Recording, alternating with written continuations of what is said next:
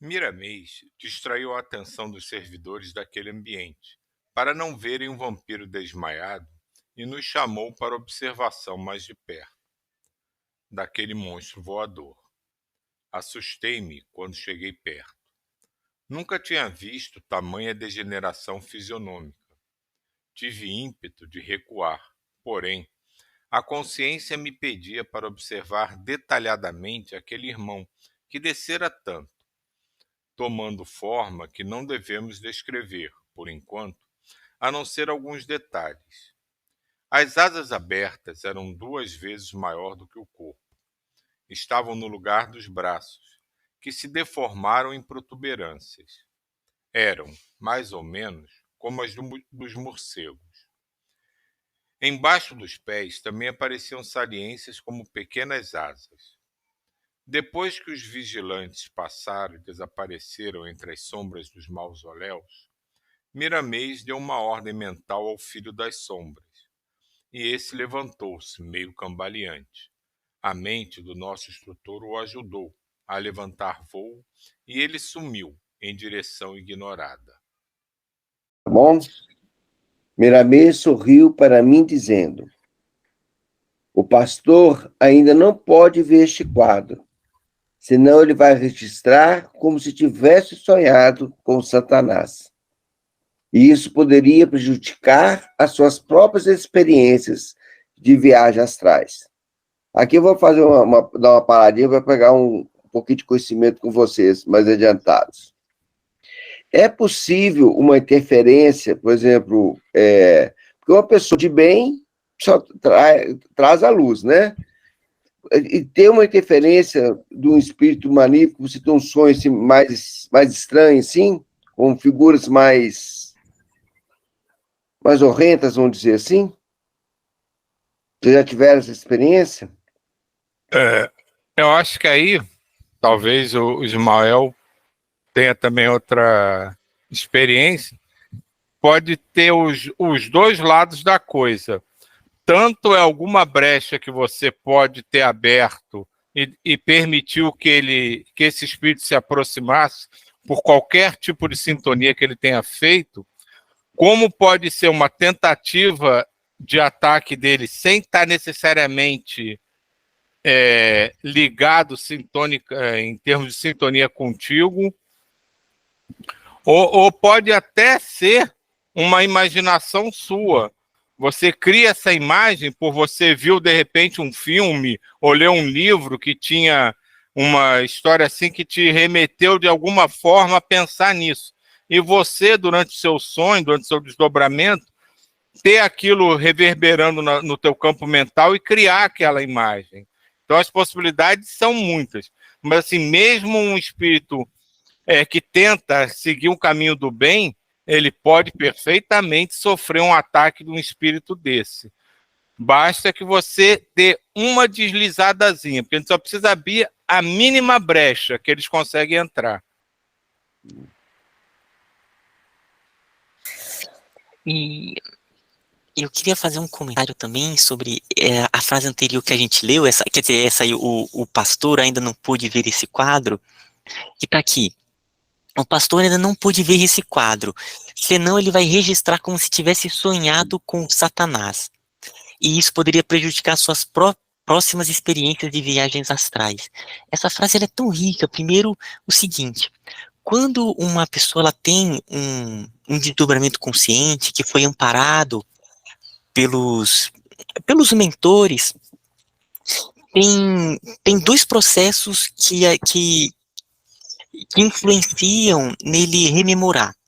Um é a própria característica energética dessa pessoa, né? O que acontece? Ele tem experiência, quando ele retorna, ele tem um filtro muito bem estruturado, como se fosse uma malha bem fina, que ele não vem pro cérebro físico, ele tá no cérebro espiritual, aquela experiência ela vibra, ela vai vir como ideias inatas, vai vir como ideias assim que ele começa a pensar como se fosse dele próprio, Mas ele não consegue lembrar plenamente. Isso pode ser desenvolvido, né? Cada dia que a gente acorda, você pode tentar procurar forçar, tentar lembrar dos sonhos, das experiências. Isso tudo vai cada vez mais facilitando esse fluxo dessa mente no corpo astral para o cérebro físico. Então isso pode ser desenvolvido.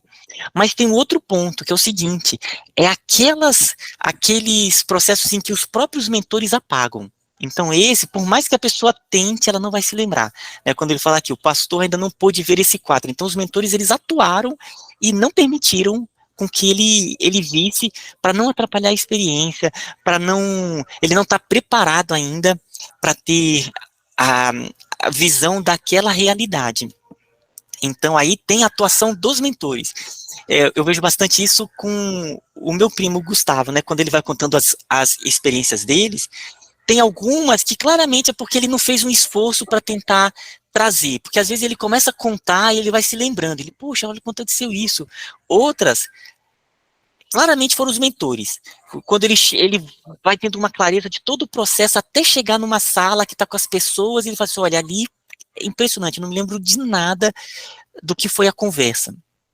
Na verdade, ele se lembra naquele corpo astral, ele só não se lembra ali no cérebro físico, né? Então, tem essas duas características. E no finalzinho dessa frase, quando ele fala assim, né? E isso poderia prejudicar as suas próximas experiências de viagens astrais.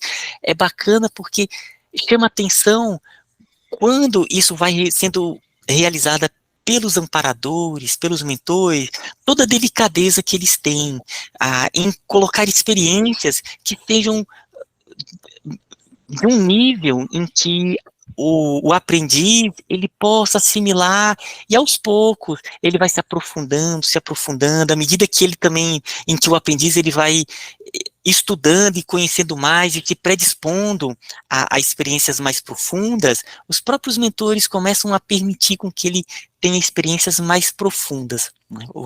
Então era isso. E tem o aspecto, né, que ele não pode ver, porque senão ele ia atrapalhar. Do medo. O medo tem uma importância nesse meio de tentar desequilibrar, desarmonizar, muito grande.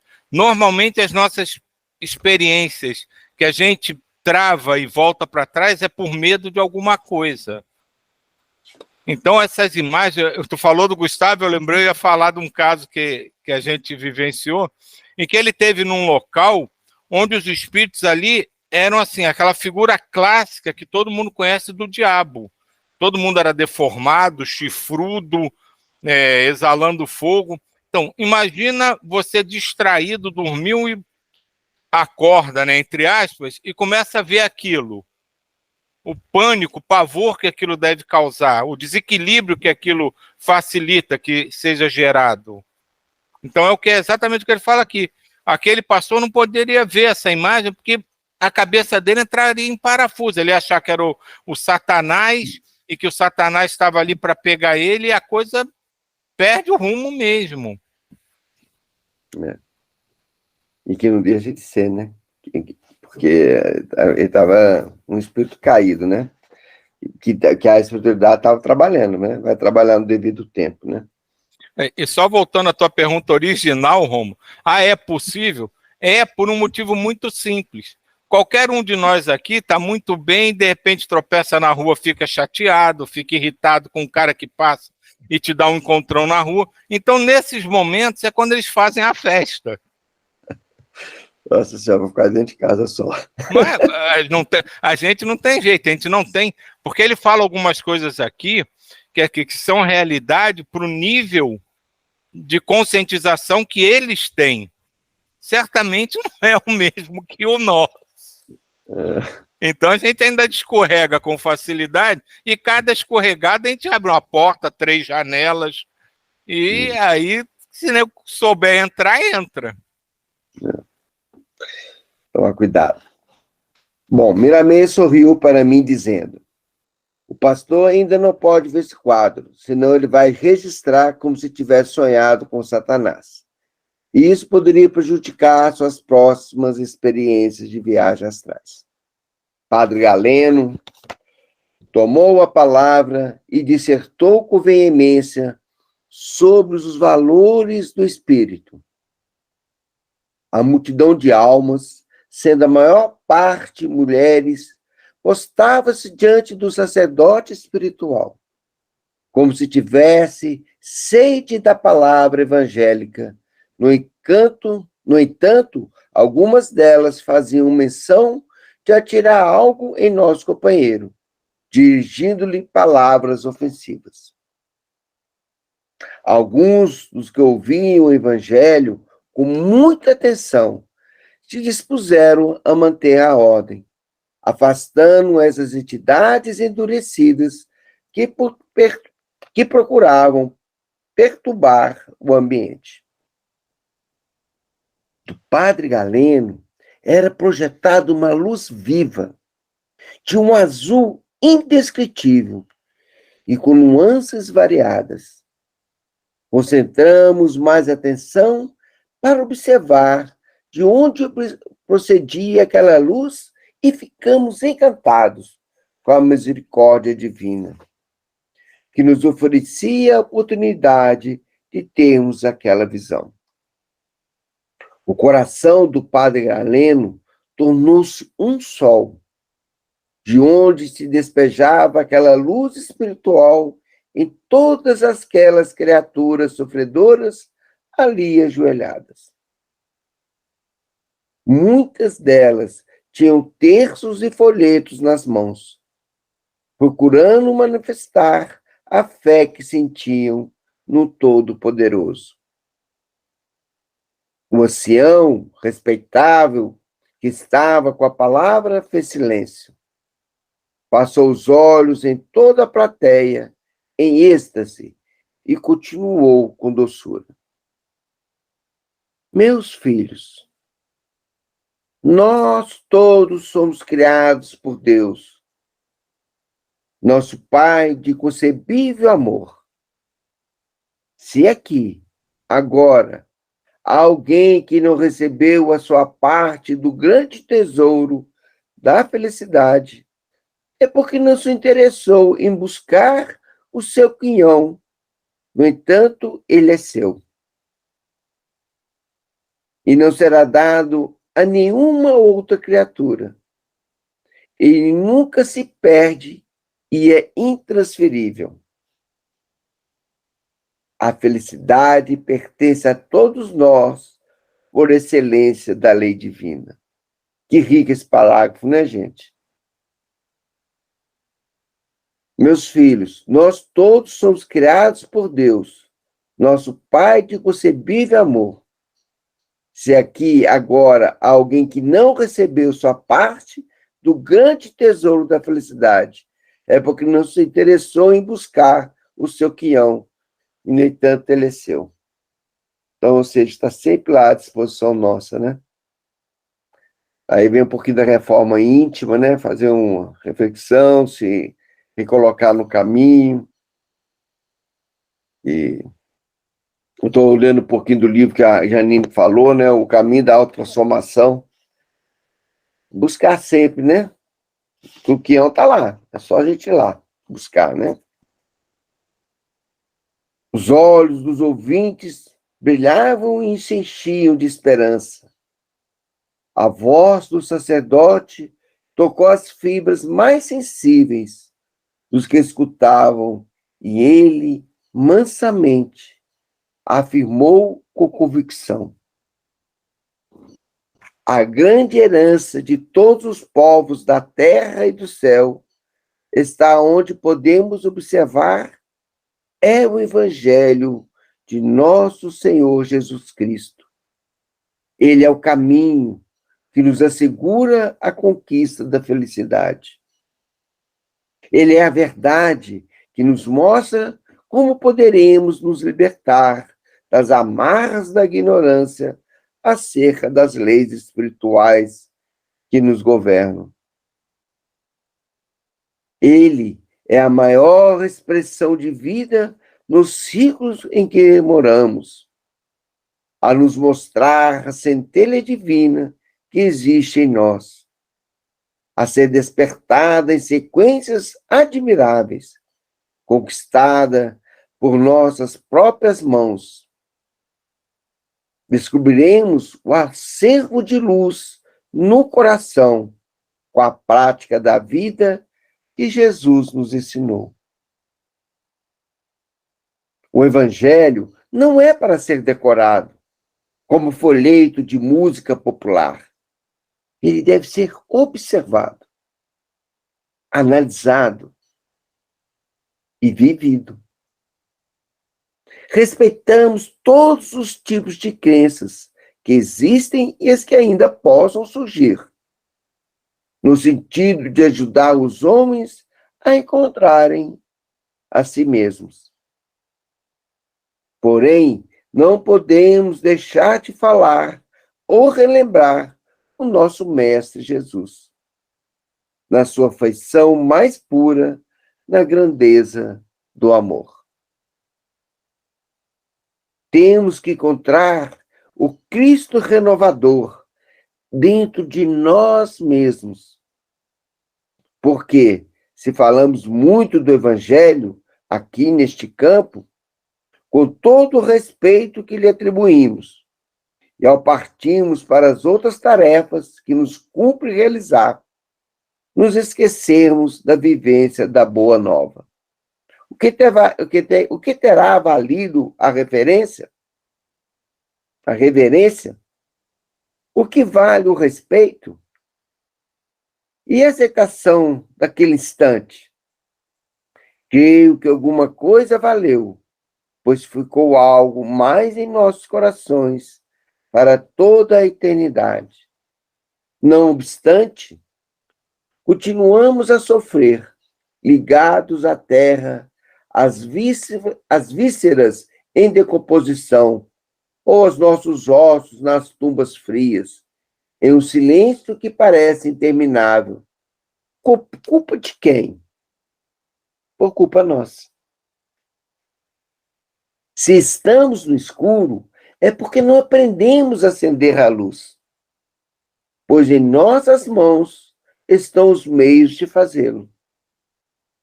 A nossa mente gasta o mesmo combustível divino para pensar tanto bem como o mal. Por que não optar pelo primeiro? Todos vós sereis abençoados por Deus todos os dias, se fizerdes um pouco de esforço para melhorar.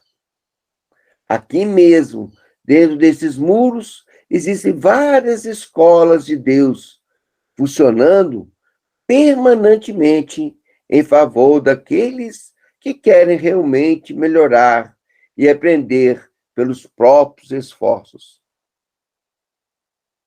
Para encontrar-lhes essas casas de luz, basta que vos disponhais para tal.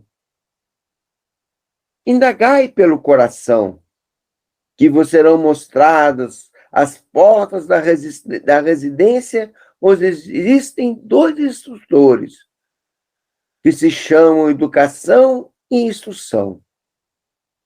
A nossa felicidade, meus filhos, não se encontra distante de ninguém, nem do céu, nem da terra, porque ela mora dentro de nós, esperando que a procuremos.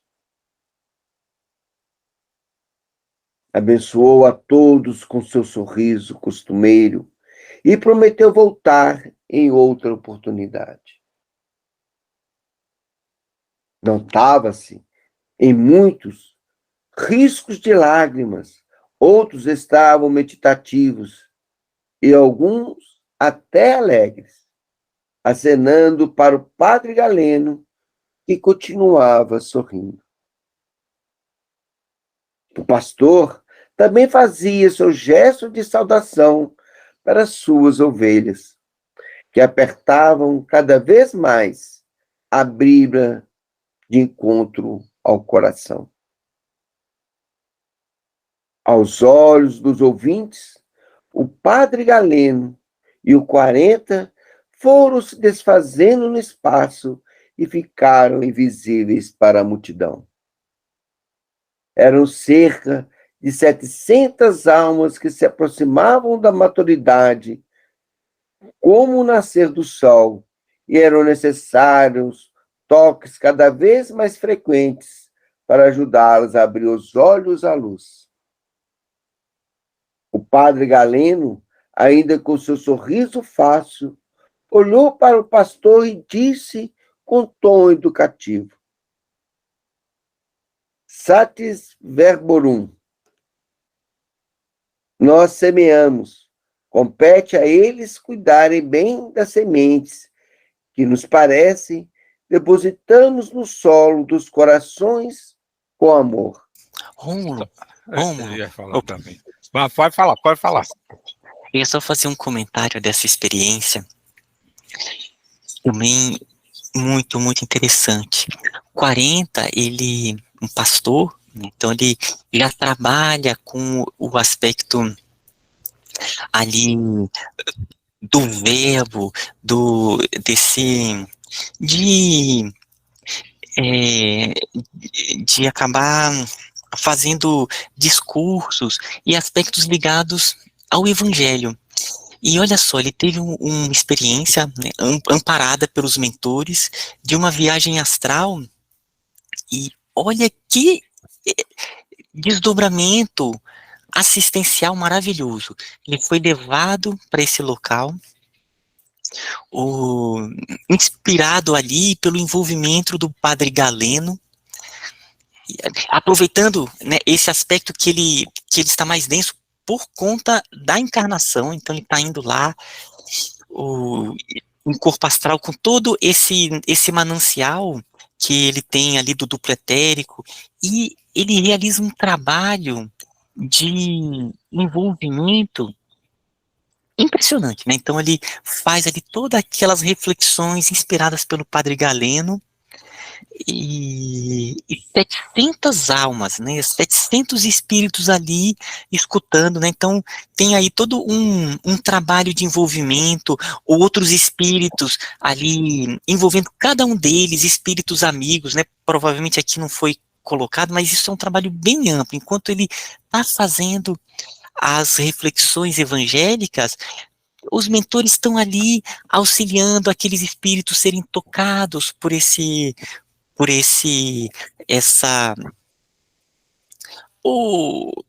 sobre o que ele está falando, e já muitos já vão sendo acolhidos, já vai preparando ali a semente no coração para depois ter um outro trabalho de envolvimento que seja de acolhimento. Então, muito bonito, e é um caso de desdobramento assistencial, ou seja, houve ali o desdobramento. Aliás, todos aqui com os amparadores foi assistencial, foi para algum fim de auxílio. E esse foi muito bacana, porque foi um caso de muitos e muitos espíritos. Diga, Silvio. Essa última frase aqui que a gente parou, né, que tem muito a ver com a pergunta do Rômulo, né? Nós semeamos, compete a eles cuidarem bem das sementes que, nos parece, depositamos no solo dos corações com amor. Quer dizer, eles estão ali fazendo o trabalho deles, mas em momento algum eles nos forçam a absolutamente nada. É como um professor que te expõe a matéria, busca te explicar a matéria, mas ele não estuda por você. Ele não aprende aquilo por você. Ele te transmite aquele conhecimento. E cabe a cada um de nós começar a aplicar. Isso nos remete a um ponto mais acima do texto, quando ele diz que a gente tem a mesma capacidade para escolher o bem ou o mal. Por que não escolhe só o primeiro? É porque a gente deixa a nossa mente devagar. Orai e vigiai.